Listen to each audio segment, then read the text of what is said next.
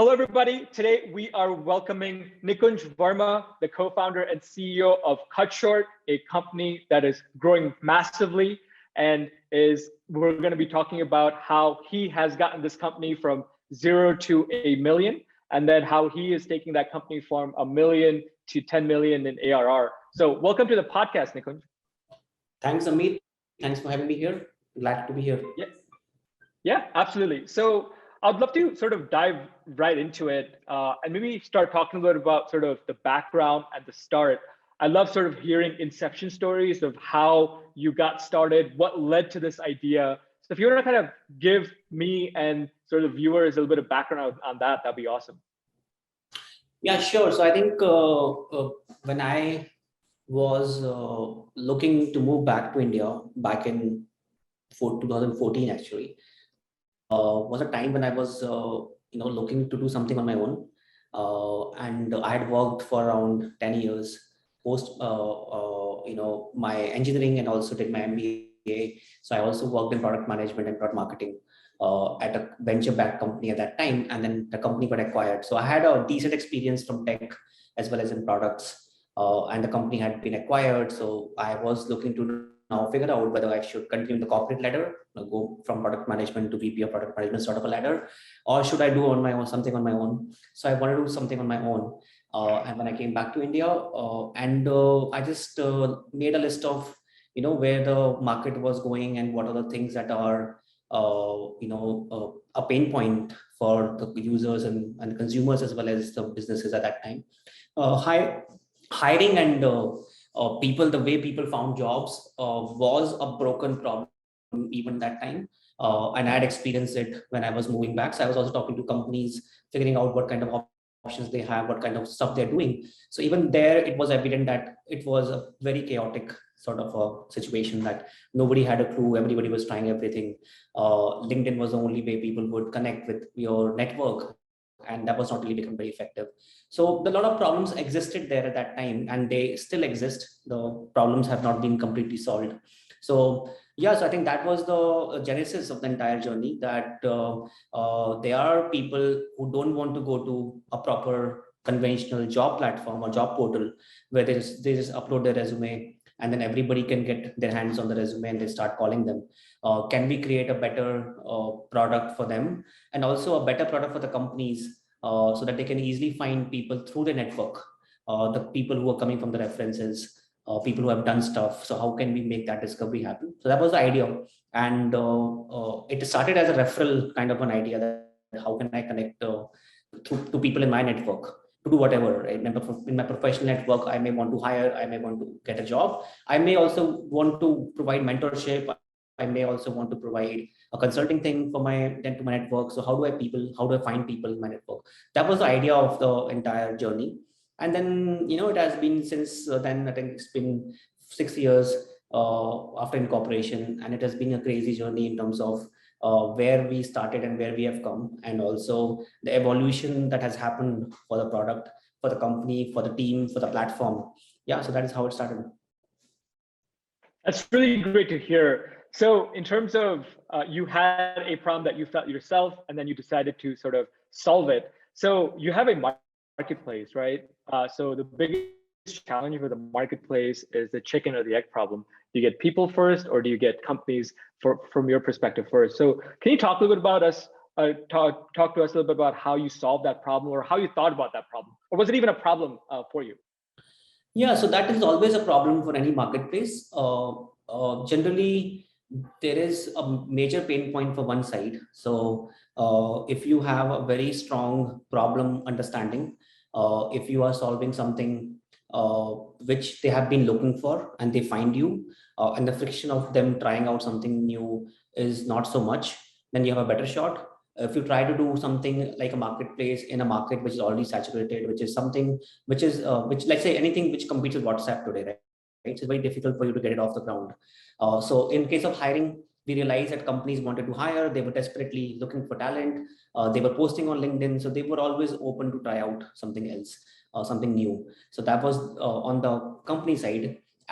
And on the talent side, again, problem existed. People were looking, but large part of the activity was under the ground. It was not really overt on the social networks. People would not just post on social networks that they're looking for new opportunities.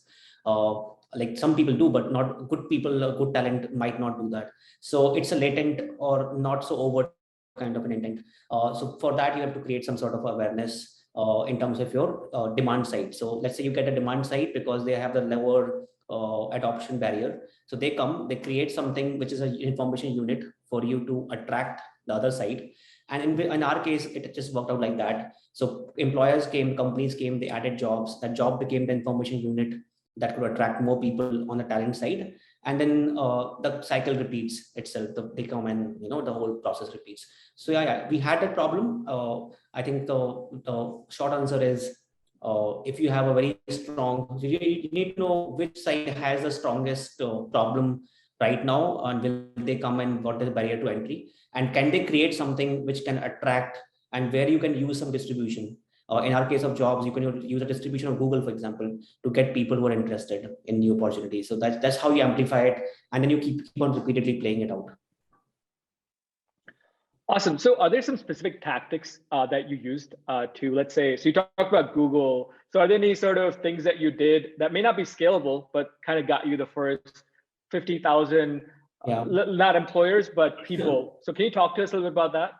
Yeah, so all sorts of things, right? I mean, nothing is off the table at that time, right? When you desperately want to grow, you try whatever you can. So we tried LinkedIn connections, LinkedIn accounts, we invited people through messages. Nothing was scalable. We sent them many messages to get more and more people, make more people aware of the companies that were hiring on the platform. That was one. So these things happened. Events, holding or organizing recruitment events was something which was massive. And the great thing about events was, and to anybody who's trying to kickstart a marketplace, right? The biggest problem in the marketplace is that you don't have supply and demand right now. So you have a supply today, you may not have a demand, like in case of Uber, right? So if you just advertise it to more people and you don't have drivers, they're going to be disappointed and they're going to go away. But let's say you are doing an event and that event is in the future, right? So you can always make a promise that by that time, or let's say today's 11th Feb, right? So let's say I hypothetically say on 28th Feb, we are going to host the biggest event ever, which will see 5,000 companies and 50,000 people who will be participating, right? So that's an announcement, that's a goal. And now people are seeing that end result and end date, which you don't have a demand, you don't have a supply right now, but you make a promise that you will deliver. And then based on that promise, you get 3 logos. You put those 3 logos on a landing page, and those 3 logos now bring more people on board, right? So then you have in the background, demand supply is building up, anticipating that there will be demand and there will be supply, and you keep on doing that, and then the event comes online and you would reach your goal because people are hiring, people are okay with waiting. In our case of business use case, people would be okay with waiting 10-15 days. In a Uber kind of marketplace, you can't do that, but potentially you can still do it. If you say, let's say I'm launching a new Uber, which will have premium fares, but you will get the biggest, comfort. You'll get the best comfort. You'll get the best service. Nobody will ghost on you. Driver will come on time. And I'm launching a service on 1st March. So come and sign up, right? So that's how landing pages also work. You try to build anticipation. In anticipation, try to build an audience. So same thing you can do in a marketplace as well. So we did that as well. So that worked out pretty well. We did a series of events. And we also got amplification on social media and all of that. So those are the 2 things that I remember, which got us off the ground. Okay, so events was kind of a key driver for you, and I love that. I wouldn't call it fake it till you make it, but in some sense, right, in terms of building that anticipation until sort of people come. So that's a really great tactic that we can definitely leverage. And the whole thing is, and then I think the next thing is, and we might touch upon that later, but everything is also about trust. You don't want to make a promise because you are here in long term, right? So you just don't want to make a promise and then cheat people and make a clickbaity kind of a thing. Let's say for some reason you cannot reach that goal, then you have to make an apology as well. Yeah, you have to be honest about it, right? So as long as you're honest and you use these tactics, they work out. If you just become reckless and start playing with people, right, then that's where the problem happens, and you lose credibility on the ground. Absolutely. So that's really great. Is that sort of how you solve one side of marketplace? Let's talk about the other side, which is employers, right? And of course, I think the job market is probably very different from what it was when you sort of started. So they may not be as open to new platforms that people are kind of coming up with. So yeah, like how did you get your first 10 or 20 initial customers, and who were they? So I think we started in 15, like I said, we got incorporated. I think in 2018, in January, we became sort of profitable on a monthly basis. So we launched a pricing in 2017 after 1.5 years of making a free offering available to everyone. The way it worked is we launched an online pricing.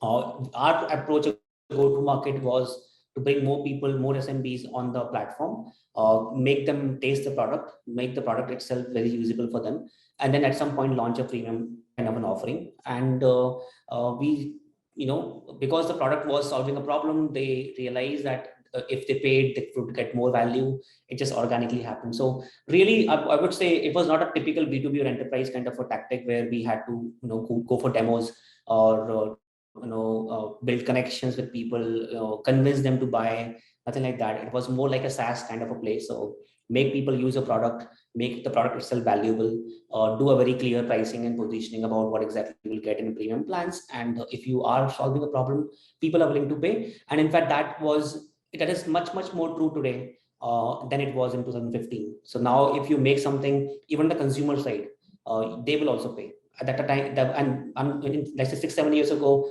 even charging SMBs or B2B also was something which was not a very given thing. People thought they would not pay. But today, I think even consumers are paying. They're paying for Netflix, they're paying for Hotstar, they're paying for a lot of different services. So the people are willing to pay for value now. So I think, yeah, that was about it.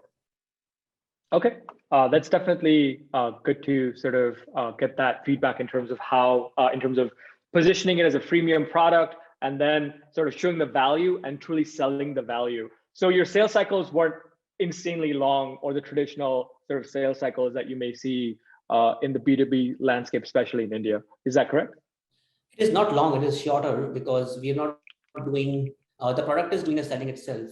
We're just building a sort of a habit. And it depends on how aggressively you want to push the sales. So Dropbox, for example, is a freemium product, very long sales cycle perhaps, but even maybe they don't even want to sell to consumers. They want to go to market in the enterprise through the consumers. So it all depends on how aggressively you want to push it, depending on what kind of market you have. In our case, we started with a very free product, then we started with a trial kind of a thing. We let go, like we kind of stopped talking about the free product too much. We made the free product less potent, and then we added more premium, more premium options there. And then once the trial is over, then they are inclined to pay. So our sales cycle is around 2-3 weeks, not more than that. That's awesome. That's definitely, I'm sure your salespeople are very happy about that. So when it comes to... They are not, because there are tons of people who are on the website and who are, who need to be qualified. So there's a lot of work. It ends up, because in a freemium product, a lot of people are using it and they may show an intent, but they may not actually convert. So there's a whole logic or different kind of tools and tactics you have to use to figure out where you're going to spend your effort. So sales team is happy, but they also are very busy. So they're always looking to, figure out what else they can do to become more effective. How can they save their time and all of that? Yeah. Yeah. So that's actually a really great point to dive into. So right now, what % of your product is either sort of self-service, so it's like product-led, or do you have a product-led or a self-service model, or is it all you need to speak with someone to be able to get it?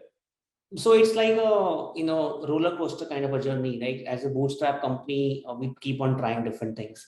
As I said, we started with a total free product, then we had a freemium kind of a model. Then we said, okay, freemium, let's suppress free, just go for free trial.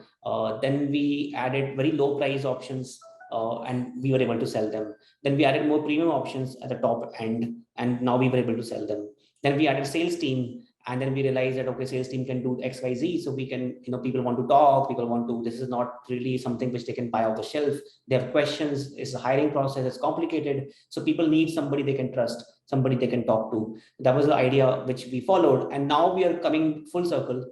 And now actually we are trying to, as we speak, right, we're trying to figure out one portion of a pricing and product can be made self-service and product-led. and the top end can be made more service or sales driven, right? So that's where we are kind of arriving right now. The top tier plans, largely enterprise plans, can be sold by sales team. The lower plans can be made cheaper and can be made more effective and more efficient for selling if we just make the product sell those plans. So that is the current thinking right now. Awesome, man. That's definitely great insight. Product led for SMB, and for mid-market and enterprise have a sales team in place, and that model seems to be working for other folks. So hopefully that's something that's a success factor for you as well. So when it comes to kind of your marketing tech stack, we always talk about tech stack from a engineering perspective. Let's talk about your growth stack. So what are the tools that you use? So what's your CRM? Is it HubSpot, Salesforce, Zoho? And can you talk to us a little bit about specific tools that you took that helped you take you from like 0 to 1, and how those tools are changing now as you're sort of looking at a much larger sort of scale? Yeah. So believe it or not, we did not have a CRM until 2019 or 20. So for the first 4 years or 3 years, we did not even have a CRM. Wow. And we did not even know what CRM was. We just thought people will buy, use the product, and they'll upgrade. Why do we have to even reach out to them? We can just reach out to them on Intercom. So Intercom was the first thing that we used for engagement, for experience, for delight. And we just wanted people to drive towards pricing plan, and people would buy, and there was no need to call them. Even if you're calling them, people can just manage on WhatsApp because there's no large team which requires a lot of coordination. So it was working on WhatsApp and everything else on the emails. On the marketing side, we actually we were team, a very tech kind of a hacky kind of a team, right? So from a product perspective, we added in the product a lot of growth hacks itself. So that was one thing that we realized, that since this is we have the attention and eyeballs of the users on our website, they are the biggest asset that we have. So can we channelize them to lead our growth itself? So we added a lot of things like events, for example. You participate in the event, there's unique value you're getting. So we would ask you to share the event in your LinkedIn network to complete the event registration. And they would do that, right? And because they are looking and they find it just to be a compelling value, they would do that. So we did a lot of things on the product. And today we have arrived at a point, and I think last year is the only year when we actually had HubSpot. Before that, we had 1 year we were using Pipedrive, and this time we use HubSpot because we wanted to integrate our marketing, sales, everything else at one spot. So we have HubSpot since last 1 year, not even 1 year, and that's largely the B2B side of thing. Our challenge is always on the B2C side, because none of the products which are built for B2B will have the pricing options for B2C. All of the products they think that we are selling, and we have a high average value of the user, and they would have a very high pricing model. Like Mixpanel, we grew out very soon because Mixpanel pricing model was really not working for us. All these B2B products, which kind of became very difficult for us to continue using. So we started using Mautic. So Mautic is an open source kind of a marketing automation product. So all the email lists and everything else and drips, everything else goes from there.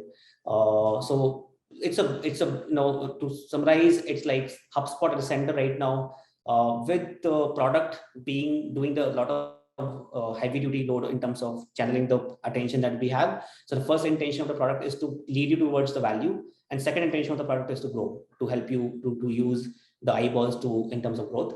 And then there's a lot of custom made, handmade kind of cobbled together products and things like extension, things like what pop-up to show on the product is something that is in the hands of marketing today. So I can just go and launch a product pop-up without using any tool. I can just do it in-house.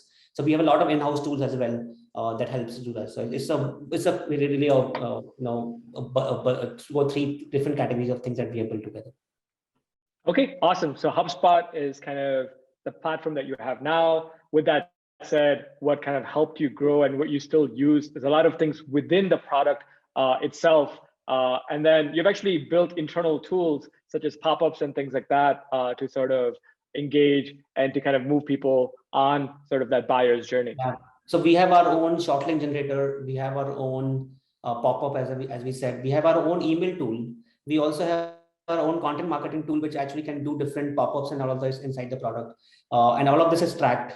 We track, our short links are tracked. We get the numbers. And why we do this? Because like an email, for example, right? So since we outgrew Mixpanel and all of those kind of things and Intercom, we wanted to target people on the activities they have done. And we could not have sent, like we get 30 million events we used to send to Intercom 1 month.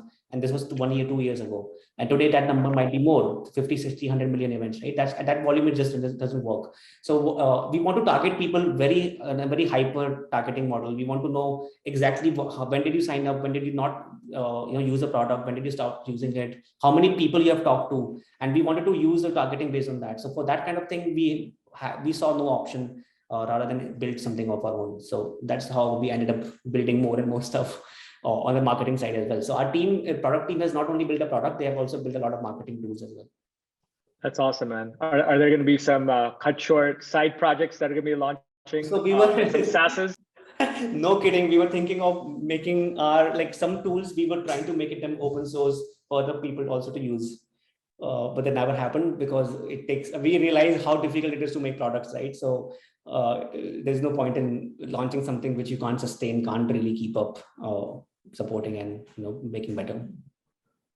No, that's really great to kind of hear that. So when it comes to, so one thing that you talked about, and a lot of folks probably face this, right? Especially a company that's scaling fast, is where the salespeople don't know whom to reach out to because there's so many leads, right? But out of those leads, there might just be a few that are actually serious. So within your HubSpot or within the different tools that you have, do you guys do any sort of lead scoring that helps the salespeople understand, hey, this is exactly who you should be reaching out to? Or what are those metrics that actually make your sales team effective that you've done in the past or that you're kind of thinking about in the future? Yeah, so I think what we have right now, like we implemented it last year, maybe six months ago, is again a qualification engine. So everybody who signs up, we qualify them. There's a team that qualifies them. We grade them into different buckets, and depending on which bucket they're graded in, the sales team and the team then gets assigned to them. So it's a typical process of enterprise and the B2B buying where we qualify them, move them ahead.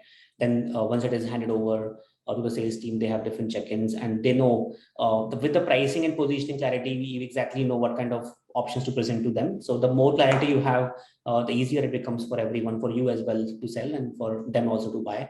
So that's something on that side. On the automation side and all of that, it's not really a sales problem for us. It's more like a customer success problem for us.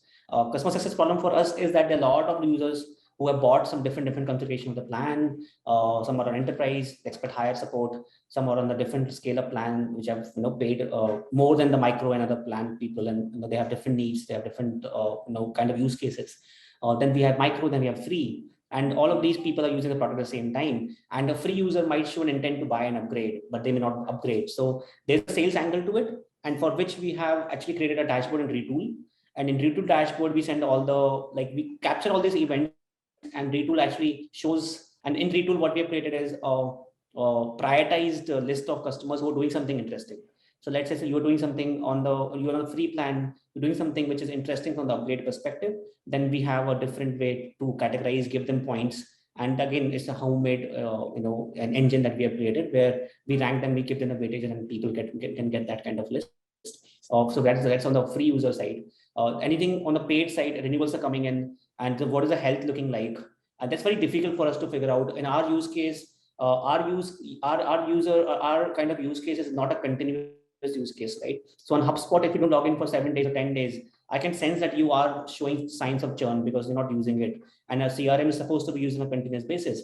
But I can't make the same judgment based on for our users, because our users may have a different hiring cycles. So how do you gauge those kind of signals for your market? It really became a difficult thing for us, and that's something which we have not solved. But we have different views that where we can figure out this people have paid and they are showing signs of bad health, and those could be ratings on the platform. Maybe they gave bad NPS, or they rated the experience on a job not so great, or they're doing something else, right? So all of those signals, they go into this product, we store in the product, we send the events, and then in Retool we kind of visualize those. So it's like, again, homegrown kind of a thing, but we get some idea and some ideas and some insights from there. Awesome. No, thanks for kind of walking us through that. So I'd love to kind of, if we had to kind of boil down or get to 3 things, right, that helped you get from 0 to $1 million in ARR. So if you had to say, hey, these are the 3 kind of clear things that we did that were the key sort of value drivers for us, what would be those 3 things for you? Yeah, so I think choosing the product and first of all choosing the market where there is a big problem, a lot of people willing to pay. I think that's very important. So I think we chose that market very carefully, and luckily we were able to find the right market, because if your market is not right, then it's really a lot of problem. And in this large market, there should be people, the existing competition is not able to at least satisfy them. So it's like a Paul Graham thing, right? So you choose a very large market with low NPS. So we were able to choose that. Fortunately, we chanced upon that. Second thing is about product and the needs. We always looked at the needs as superior driving decision than the category that we belong to. A lot of people look at a category and say you are not, because this is in our market, right? There is an ATS category, applicant tracking system. There's a category of job portal. There's a category of LinkedIn. There's a category of employer branding. And these are different categories where people have to go and buy different products. And it becomes, for a startup, for our kind of target segment, it becomes difficult for them to buy all these products, stitch them together. And also at the same time, what they really is weighing on in their mind is finding talent, right? So they want to find talent, but they also want to do like 3-4 things, and for which they never get time. So having a very clear idea about the pain points of the customers, I think, and building a product for that was something which was important. So I think that is point 2. Point 3, I think, is your credibility, your trust, and the kind of image, the brand image you can create. So I think we were able to create a very positive image because of the honesty in the brand. We never were arm twisting people. We did not sell a lot of times, a lot of plans, because we think it did not make sense. Whenever people ask, we issued refund, and refunds, I think in all our history, right? Maybe people asking for refund because they were not satisfied with the product 1 or 2 times out of all the times we have sold, right? So that is the level of trust that we were able to create through our content, through our branding, through our positioning. I think people were able to believe that this brand will, and people today, even today, when they buy the product, sometimes they don't understand CutShort very clearly, but they still buy it because they believe in the brand, they believe in the vision of the company. I think those are 3 things: large market with low NPS, having a very clear product which solves the real problems, and you focus on that. And third is your overall trustability and the kind of perception you're able to create, the kind of story you can create in the minds of customer, that you're taking them in the right direction. That those 3 things, I think, helped us achieve that number. That's awesome, man. That's really actionable advice for all of us. And for the last one, I'm actually, I can attest to that because we are actually customers, as you know, of CutShort, and the buying experience and this general experience has been very different from the other solutions that are out there. I won't name them, but yeah, it's a very sort of different experience when you're sort of kind of just, yeah, kind of speaking with folks on your team. And your team is also very accessible, actually, both through intercom and also through email and things like that. So yeah. Yeah, I think the key thing here is we make mistakes all the time. So it's not like we are like, when you say that you had a good experience, that does not mean we did not make mistakes. We may have made a lot of mistakes, but it's just that we admit mistakes, and we admit them honestly, and we try to improve on them. And that is what people want. That's what people want to see. They want to know your intentions. They want to know your vision, and they want honesty in whatever you're doing. And I think those things we are able to keep up. And that is, I think, something which has helped us. Awesome, man. So this is great. So now that you look at your journey from where you are now to that 10 million in ARR, how do you think about product, and how do you think about product supremacy? Because I think the journey from 0 to 1 is about survival. And it's like, hey, we just got to get to this point, and resources are typically limited. So there are only a few things that you can do. But now the resources, your own cash flow, also with the ability to potentially raise capital, is very different, right? So it's very easy to suddenly kind of get distracted and sort of start doing 10 things. So how do you kind of think about that? And how do you think about specialization while also sort of continuing to expand sort of the product offering or the general TAM that you have? Yeah, so I think that's an interesting phase for us also. We are also doing this for the first time, right? So I've never done that before. But I think I find it to be easier, honestly, than 0 to 1 journey, because 0 to 1 was always about questioning yourself about whether you are doing the right thing, you will be able to make it or not. You are sacrificing, you are doing a lot of things that very few people in your network are doing, right? So it's always about questions and doubts. And at this stage, you know that you have reach this level, so you are going to become successful to some extent. You're not going to really tank now from now, unless you screw up, right? So that confidence gives you, some freedom and some confidence to do more things. So I think that is important. Now in our market, actually, it's easier because unlike other, that's how the marketplace is different from a typical SaaS software, right? In a SaaS software, you can reach 0 to 1 million by finding your niche audience and really be building the product for them, and you can do that. But it will be difficult for you to, maybe you have to find a different channel, maybe different customers need a different kind of requirement or feature list, and you have to again look at from 1 to 10 million, what is the next segment to go after, and their needs, their channels, everything might be different. In our case, and marketplace, it makes it easy because you have network effects, right? So today, when we are like 10 times more useful than what we were 2 years ago, and just based on the numbers that we have on the platform, that's the power of a marketplace, right? So for us, it becomes easy to sell, actually, to go from 1 to 10 million, because the same customers, same market, same need, we're not changing anything. All we are doing is we're reaching out to more people in the same market, and now since they will see this to be more valuable, because they have more traction on the platform, they will see more variety of the talent, they'll also find it to be more mature, they will be able to adopt to it. So I don't see 1 to 10 million is going to be as challenging in terms of just getting that number, and in terms of doing it without adding a lot of complications to the product and the platform. I think 10 to 100 million is where it would add a bit more aggressive thinking, or maybe more thinking in terms of, let's say, international. So if you want to open an international market, that will be a 10 to 100 million journey. And there you might have a different market. There you might have a different product, different channel, different things they're looking at. And that will be interesting from that perspective. I think 1 to 10 looks to be sort of achievable to me.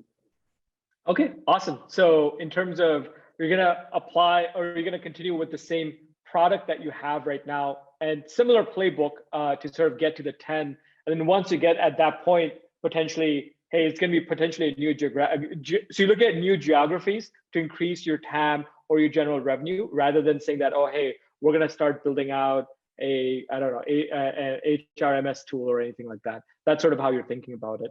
Correct. So I think we'll continue innovating on the product. We'll continue innovating and finding new solutions that exist, that should be created for the people that are using a product. And I think in our current market, there's a large number of companies, and we have barely scratched the surface, right? 100%.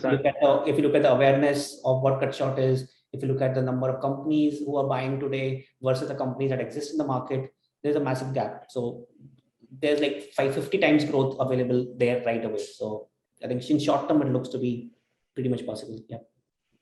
Absolutely, man. And I always say, or I should say, yeah, like running a company that's 75 to 100 people is a lot easier than running a company that's 20 people, just because you have specialization, you have people that know what they're doing, and things like that, versus where you're just learning as you go. So no, I fully sort of understand that. And it's really great that you're so confident about your journey from 1 to 10.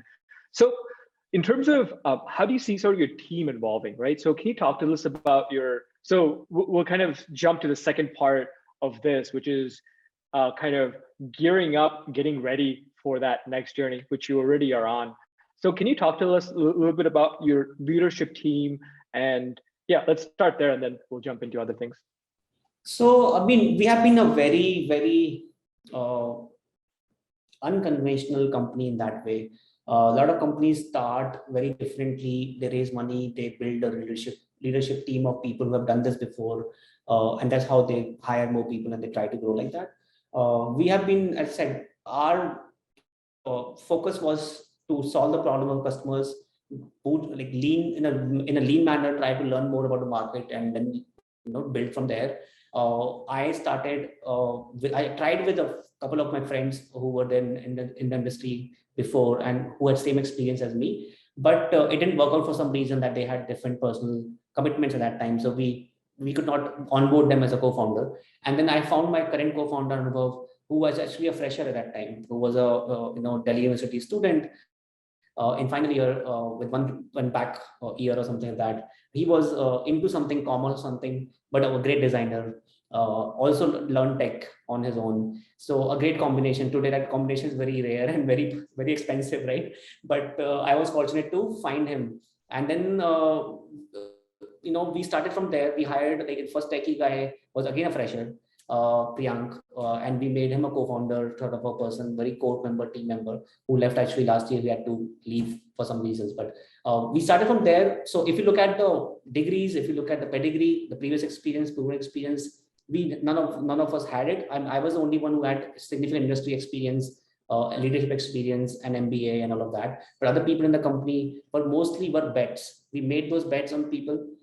We identified those people who had long vision, who were aggressive, wanted to do something, and who were smart. We got them on board. We gave them exposure, and then we built and groomed them. And today, if you talk to them, you will not even realize that the person you're talking to, you may find the person to be 10-year, 5-year experience, but they might be just 1 or 2 year experience, right? So on the outside, people have a very different perception. They think we are a 100, 150 people strong company, and all these people are very experienced, but on the inside, you come and you find out there's 20 people, and 5-10 people are still getting onboarded. 5 of them are like 24, 25 years of age. So most of them were less than 23, not so far ago, right? So that is a composition of a team. And it's all based on the character. It's all based on the passion that they have and the raw drive that they have to do something. So that's how we started. So only recently we actually made functional leaders. The whole hierarchy, whole idea about managers still doesn't exist in the company. All we have is functional leaders who are working with people who are it's a kind of distributed kind of a leadership. They have in the team, they have different people assisting them in leadership jobs. So let's say in sales, so Neha is leading sales, for example, right? So Neha is a functional leader. She also sells, but she also she has hiring, she has onboarding, she has matrix at 3 different departments that she has to manage, or 3 different responsibilities she has to manage. All these 3 responsibilities, somebody else in the team who's junior is taking the ownership of that and assisting her in that. So it's a kind of a distribution of responsibilities of a leader as well. So that's how we have tried to do so far. Now in future, when we scale, yes, we might have to bring, and we'll have more leadership, specialized kind of leadership coming in, but we kind of became more inside out rather than outside in sort of a company from that perspective. That's awesome, Nikhil. That honestly warms my heart, and a high five to you and your team for the team that you've built. That's the reason I honestly love bootstrap stories, because it's always this, right? And in terms of being able to do things just because a group of people decided they're going to do something and they did it. So it's truly incredible, honestly, to you and to your team to be able to do that. So you clearly have an incredible culture where people are focused on an outcome, and regardless of their current skill set or experiences, they find a way to get it done. So as you're scaling, how have you thought about culture and making sure that culture remains that? So can you talk a little bit about us in terms of, and culture is, what people do when no one's looking. So what are some kind of things that you have coded in within your culture that kind of carries on? So I think there are a few things that we keep reminding ourselves again and again. So first thing, for example, is that drive for excellence. Whatever you're doing, whatever field you have chosen, do your job well and try to be the best in that category, in that domain, or whatever you've chosen to be in, right? So you just can't be mediocre. You can't just say, I'm better than my peers, I'm better than somebody else, so I'm doing just good, right? So we say, no, always look out. First, try to see who's in the team better than you, beat them, become better than them, then try to beat anybody else that you know, and then you try to become globally at the global level, try to become the best in that trade, right? So that's something, the call it excellence. Second thing is value for time. That a lot of companies have this quarterly cycle of doing something, or weekly cycle, that okay, let's have a meeting, it didn't happen today, so let's do it tomorrow, let's maybe we can do it next week. We always try to say every day is an opportunity, every hour is an opportunity. So we have to think like, what are we shipping, what did we accomplish today, and what we could have done today, right? So it's always about having that urgency that every day and every hour there can be an impact. A lot of times we just think we try to make something perfect and it never gets delivered. So you have to deploy, you have to push, you have to do something, whether you're marketing, CS, whatever you're doing, try to make an impact every day. And don't think in quarters and years and weeks and days, think about hours and how can you balance it with days and weeks of kind of a planning. So those are the, let's say those are the two things. Third is of course ownership, that once you take ownership, you take the ownership. There's no going back. You take an ownership, people trust you, don't lose the trust. So those are 3 or 4 things that I can think off the top of my head. And there may be more of that, but then maybe there's one more thing called as level 3 or 5 why approach, right? So you think you have to send an email today to customers about, let's say, a new feature. Now you could just write an email, say, okay, this is a new great feature we have launched and this is a video. That's one. That's level 1 thinking. Level 2 thinking is, what else we can do on top of it? Can we add a delighter on top of it? What the customers might be going through? Can this feature really, should we add a customer testimonial who use this feature to create more awareness around this or to create more interest in that? Level 3 thinking could be, can this be a referral feature? Can these customers, when they see this feature, can we ask them to share it with a network who might like this idea, right? That's a level 3 thinking. So try to go beyond it. Just don't scratch the surface. Just don't do the minimum which is required. Go for that. Go for go for the maximum impact in that. So these are things that we keep on talking, keep on reminding ourselves about in terms of work processes and how to get work done. And about in CutShort in general, you have to earn the respect of people. You don't lie. You be honest. Whatever mistake you're making, you admit that, and people will not only excuse you, but they will support you when you are true to them, right? So that's something.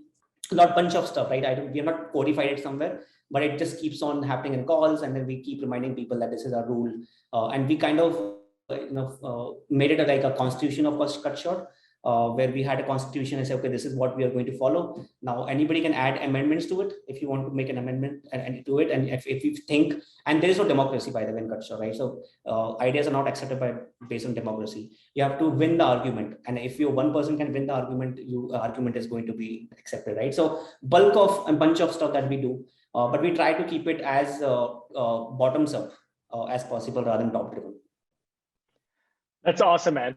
When you were just talking, literally, I chills up my spine, because it just like talks about you've actually done the things that we just hear about and talk about and things like that. You've actually done it, and you have that visceral experience of actually implementing those things. So seriously, a big cheers to you and your team of building amazing culture. So as you're sort of scaling, right? Like hiring is obviously for your own team is going to be an important piece. And this initial team that you've built, they've been there. They've been through they've been in the trenches with you. With the new team, they're not in the trenches. They're seeing all the excitement and all of that. So what would be your plan of ensuring that, hey, the person that we're getting in is the right person, A, and B, that these people are also understanding the history and the background of how you guys got here? Yeah, so I think now when we are looking to hire people, we are looking for different things sometimes. Let's say leadership, you're looking for a very specific leadership experience, may not be necessarily a bootstrap or a kind of a hustler kind of attitude that we used to have earlier. So as we evolve, as we look for different skills and we have different responsibilities, we have to also adapt. We just cannot be stuck in time that we need same people. And that's what culture is all about. Culture has to evolve with people that you're going to hire. So we try to be open to that. How we will find them, how we will make them buy into the story, how we will evaluate them. I think there's a lot of things that we do. For example, any person on a, let's say, 5-year, 6-year experience above, we just don't give them offer like that. We always try to make sure that they are showing visible signs of believing in what we're doing. If they're just treating this as one more job, one more opportunity, then it's not really enough interest for them to come in and they deliver their best work. So let's say somebody who's really interested will ask questions about your company, will ask questions about the team that they're joining, the goals we have, what exactly, and they should have a lot of doubts about why you're doing this, why you think you'll be able to beat LinkedIn, why you think that competitor cannot do the same thing. They should have all these questions. Let's say in sales and marketing, they should have these questions so that it really stands out that they really care about it. So there are enough signs that you can read. And then for anybody with 5-year, 8-year experience, we have kind of a policy where we don't give offers, we give them consulting offers. So they work with us, we pay them for their time. And after 1 month or something, when we both have really verified and validated that this is something which really makes them excited about it, then only we go forward to the next step. We believe that it's not for everyone. So junior people might not do that, but anybody who has 5 or 6 year experience, it is also a significant decision of their life to join a company like ours. So they should also be willing to make that time for this kind of collaboration arrangement. And people are actually liking that, because they also realize that they don't want to make a bad decision just because they perceive the company to be something and they found the company to be something else. So they actually appreciate that as well. So yeah, I think a lot of stuff in terms of that. So it's kind of adaptation, evolution, being open to different kind of people. Like the whole thing that you should hire people that you can hang out with. We don't believe in that. It doesn't matter. What matters is professional collaboration, professional synergy that you have, rather than whether you like the person or not. So we try to do that, and and then be very, very selective, but also if you make a mistake, then correct it. So there is always painful side of it, but then you have to also do it, because that's the best for everyone out there and every stakeholder in the company. You are on mute. Yeah. Oh, thanks.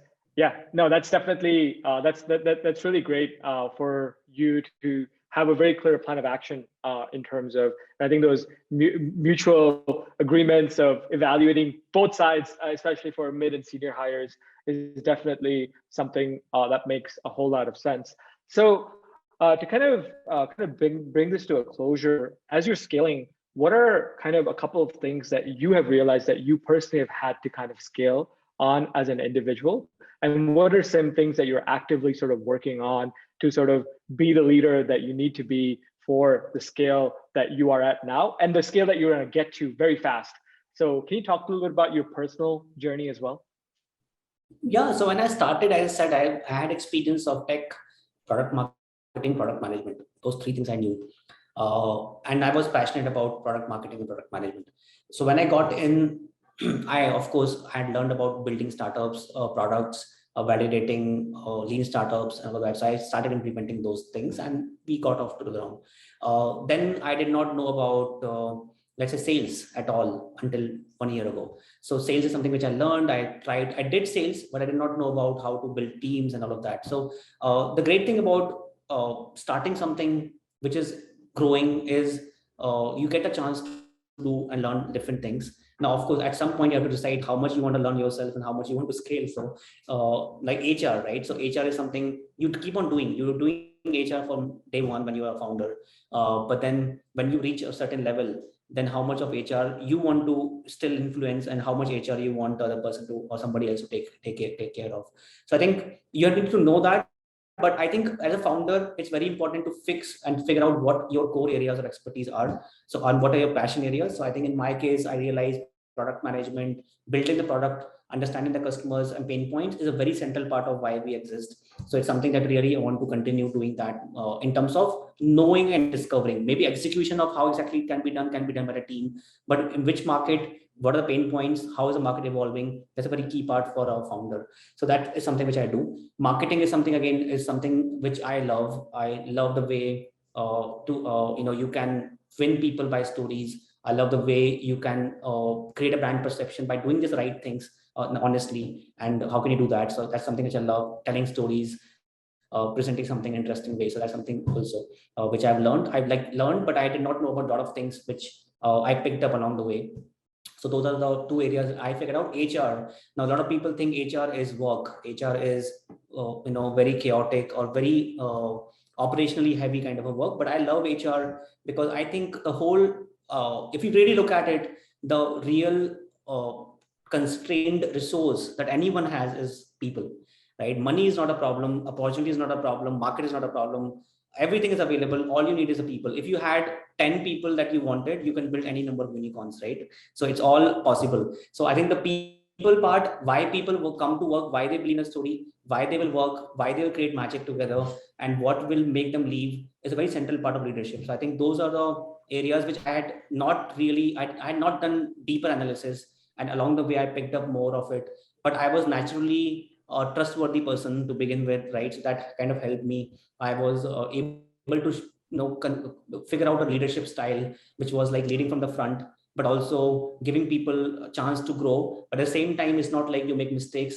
You keep on making mistakes and I'm going to stand, right? So it's always also going to be giving feedback and all of that. So that's something I also picked up along the way. And my team will tell that whether I did a great job at it or not. But I think overall, how to inspire people and lead is a very essential part, which I also loved learning. And now going forward, what all things I would like to learn?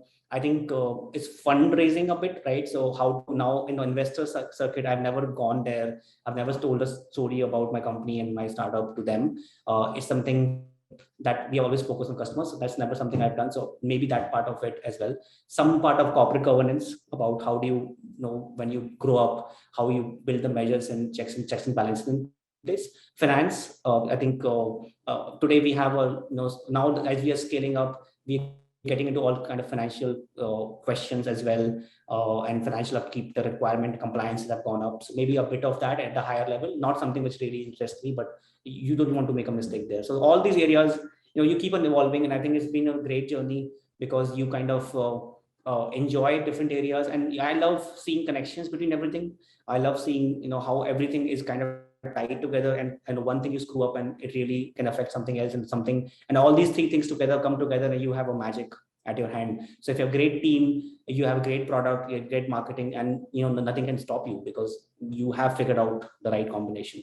So yeah, I think it's a very satisfying and very enjoyable journey as a founder to keep on learning. A lot of people people think that as a founder I will not do this, I will not do that, but I think it's a great thing as a person to actually learn different things on the go. That's awesome, man. No, I appreciate you talking about that and being so open about the things that you've had to learn and the things that you absolutely enjoy and the things that you'll need to sort of evolve into as you grow into 10 million ARR. So Nikunj, this has been a absolutely amazing conversation. Sincerely appreciate you doing the podcast and giving me and our listeners a chance and an insight into CutShort and of course into your personal journey as well. So thank you so much for joining us. Thanks, Amit. Thanks, Harsh, for having me here. And to anyone who is watching, who has watched this, I think CutShort is a very different kind of a company, different kind of marketplace. It is a marketplace plus SaaS software. We use HubSpot. We also build our own tools. We have B2C marketing. We also have B2B marketing. So we have enterprise selling. We have SMB selling. So it's like a combination in terms of you have everything in terms of what we're doing here. So if you want to learn, if you want to see, if you have any questions around it, happy to talk about it. If you're hiring, Amit will tell you to join to use CutShort as well. So go ahead and use CutShort. If you want to connect with startups and get great jobs, get opportunities and grow your professional network and career, CutShort is also there for you. So yep, happy to be here. Thanks, Amit, and I look forward to having more conversations like this. Absolutely. Thank you so much. Thank you. Bye.